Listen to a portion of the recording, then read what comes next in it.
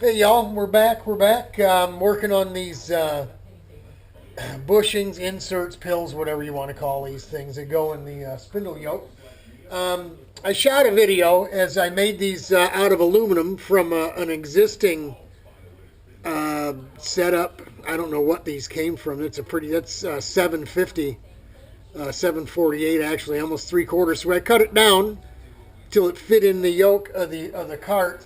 But you see that wall is relatively narrow, and being aluminum, kingpin through, weight on the cart, that it's already got those threads put in it. I thought, these are going to get beat up. So instead of continuing on, I just went ahead and I got those. Let me bring you over here.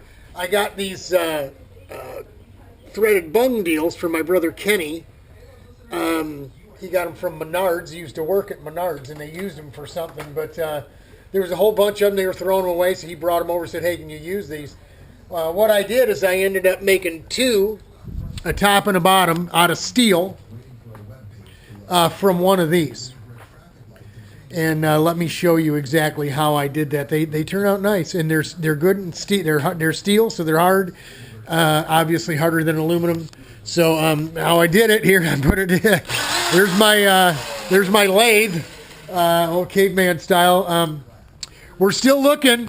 We've been shopping on Marketplace on Facebook, and been looking for a used benchtop lathe, even something older style stuff.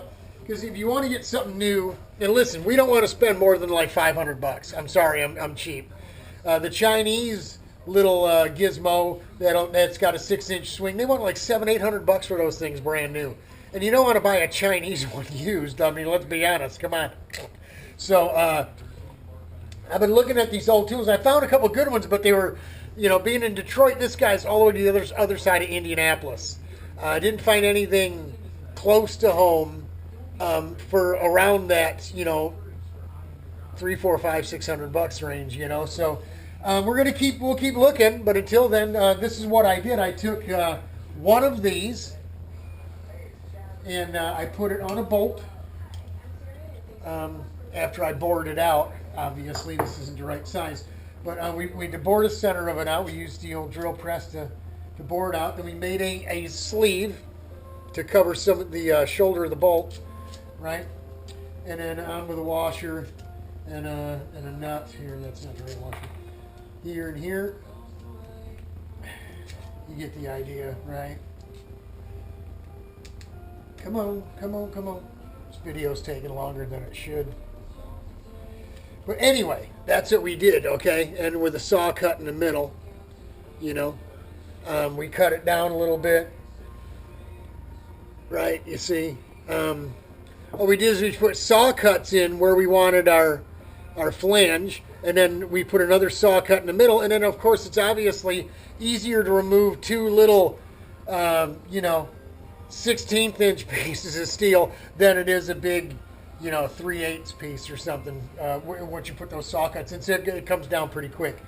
So we got two of them done.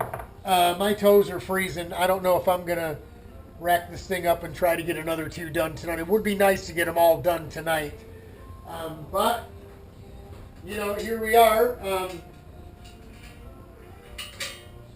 They fit right in there, and I don't think we're going to bother to try to maybe put a spot of weld on it, in case we got to cut them loose down the line. I was thinking with the aluminum, that would have been more than enough just to get us over to Grattan. But I don't want to continually work on this go-kart, right? It's a training car just so people can turn laps. Not that, we want it to be safe more than anything, so the right thing to do was to make these things out of steel. And so that's what we did. Just cut it down, work, measure it as you go, on that little spindle that we made. And files and saws. I mean, come on, it's not that tough. It would be a lot quicker if we had us a little lathe here. So we're still looking. Brother Rich says, we can put it at his house over in his garage and make all the machine shop mess in his place. and just work on motors and go-karts and stuff over here, right? So we just got, and he said he'd throw in a half, he'd pay half. So hey, we're working on it, right? We're working on it. 50 years old before I finally get some tools and start working on getting tools and stuff to do this kind of stuff. It's ridiculous that we waited this long, but there you go. That's what I've been doing, playing around making these steel bushings. That's it. We'll talk to you.